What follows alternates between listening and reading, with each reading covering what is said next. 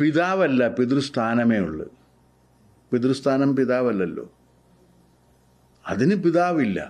ഇവർ ആ സ്ഥാനത്തിരുന്നുകൊണ്ട് ആ കാര്യം ചെയ്യുക എന്നുള്ളതാണ്. ആ സ്ഥാനത്തിരുന്ന് ആ കാര്യം ചെയ്യുന്നവൻ അതിന് യോഗ്യനാകുന്ന കാലം മാത്രമേ അവനവിടെ തുടരാൻ പറ്റൂ. അവൻ അവിടെ നിന്ന് അടിച്ചു മാറ്റി തുടങ്ങിക്കഴിഞ്ഞാൽ അവനെ മാറ്റണ്ടേ. തന്ത്രിയുടെ മകനായതുകൊണ്ട് ഇത് പറ്റുമോ?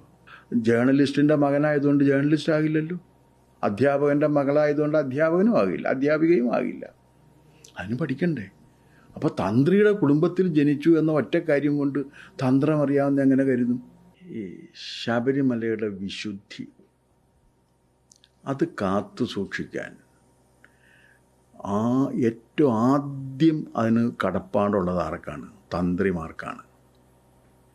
എന്താ കാര്യം എന്ന് വെച്ചാൽ, തന്ത്രിയാണ് ഈ മൂലമന്ത്രം ഗ്രഹിച്ചിട്ട് ആ ക്ഷേത്രത്തിൻ്റെ ആചാര അനുഷ്ഠാന ക്രമങ്ങൾ നിശ്ചയിച്ചിട്ടുള്ളത് തന്ത്രിയാണ്. ഒരു ക്ഷേത്രത്തിൻ്റെ ആചാര അനുഷ്ഠാന ക്രമങ്ങളുടെ എല്ലാം ലക്ഷ്യം എന്താണ്? ക്ഷേത്രത്തിൻ്റെ വിശുദ്ധിയും അതിൻ്റെ മഹത്വവും ഭക്തജനങ്ങൾക്ക് ബോധ്യപ്പെടുത്തി കൊടുക്കുക എന്നുള്ളതാണ്. ആ ആചാര അനുഷ്ഠാന വിശുദ്ധി കാത്തു സൂക്ഷിക്കണം എന്നുണ്ടെങ്കിൽ തന്ത്രിമാർ സംശുദ്ധമായ ജീവിതം നയിച്ചിരിക്കണം. ദൗർഭാഗ്യവശാൽ താഴമൺ കുടുംബത്തിലെ തന്ത്രിമാർ അങ്ങനെ സംശുദ്ധമായ ജീവിതം നയിച്ചവരല്ല എന്ന് നമ്മുടെ മുമ്പിൽ തെളിവുകൾ സഹിതം നിൽക്കുകയാണ്.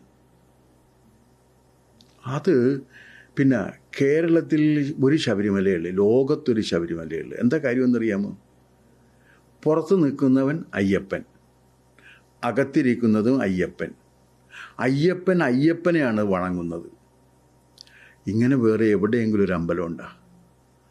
അപ്പോൾ ഒരു അദ്വൈത സിദ്ധാന്തം, തത്വമസി എന്ന് പറയുന്ന ഉപനിഷത്ത് മന്ത്രത്തിൻ്റെ ഒരു ക്ഷേത്ര ആചാര അനുഷ്ഠാന രൂപം നമുക്ക് കാണാൻ കഴിയുന്നത് അവിടെയാണ്.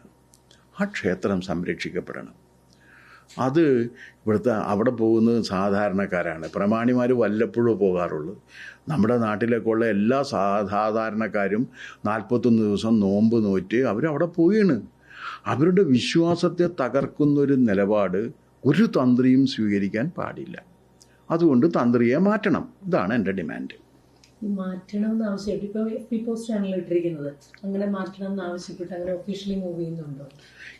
ഞാൻ എൻ്റെ അഭിപ്രായം എഴുതുന്നു. ഐ എം എ റൈറ്റർ, അതറിയാമല്ലോ. ഞാനൊരു എഴുത്തുകാരൻ എന്ന നിലയ്ക്ക് എൻ്റെ അഭിപ്രായം പറഞ്ഞതാണ്. ഒഫീഷ്യലി ആരെങ്കിലും മൂവ് ചെയ്യാതിരിക്കുകയട്ടെ, അതൊക്കെ അവരുടെ ഇഷ്ടം. എൻ്റെ അഭിപ്രായം ഇതാണെന്നാണ് ഞാൻ പറഞ്ഞു എന്നേ ഉള്ളൂ.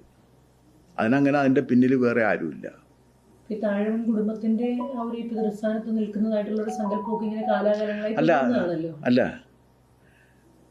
പിതാവല്ല, പിതൃസ്ഥാനമേ ഉള്ളൂ. പിതൃസ്ഥാനം പിതാവല്ലല്ലോ. അതിന് പിതാവില്ല. ഇവർ ആ സ്ഥാനത്തിരുന്നുകൊണ്ട് ആ കാര്യം ചെയ്യുക എന്നുള്ളതാണ്. ആ സ്ഥാനത്തിരുന്ന് ആ കാര്യം ചെയ്യുന്നവൻ അതിന് യോഗ്യനാകുന്ന കാലം മാത്രമേ അവനവിടെ തുടരാൻ പറ്റൂ. അവൻ അവിടെ നിന്ന് അടിച്ചു മാറ്റി തുടങ്ങിക്കഴിഞ്ഞാൽ അവനെ മാറ്റണ്ടേ. മൈനർ റൈറ്റ് അല്ലേ DTക്കുള്ളത്. അപ്പം അത് മാറ്റേണ്ടി വരും. മക്കളെ ആക്കണം എന്നുള്ള ആവശ്യത്തിന് എതിരെയും പറഞ്ഞിട്ടുണ്ടല്ലോ. കാരണം ഇപ്പോൾ ഞാൻ ചോദിക്കട്ടെ, ഇപ്പോൾ അയാൾക്ക് തന്ത്രവിദ്യയിലും തന്ത്രജ്ഞാനത്തിലും അയാൾക്ക് എന്തറിവുണ്ട് നമുക്കറിയില്ല. തന്ത്രിയുടെ കുടുംബത്തിൽ ജനിച്ചതുകൊണ്ട് മാത്രം ഈ അറിവുണ്ടാകുമോ? ഞാൻ മനസ്സിലാക്കിയെടുത്തോളം അയാൾ സെക്കുലർ എഡ്യൂക്കേഷന് പോയിട്ടുള്ള ഒരാളാണ്. Subject to correction.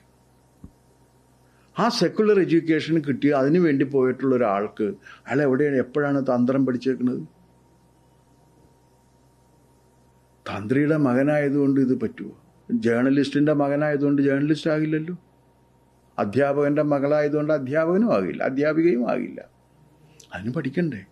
അപ്പോൾ തന്ത്രിയുടെ കുടുംബത്തിൽ ജനിച്ചു എന്ന ഒറ്റ കാര്യം കൊണ്ട് തന്ത്രം അറിയാവുന്ന എങ്ങനെ കരുതും? അതാണ് അതിൻ്റെ കാരണം.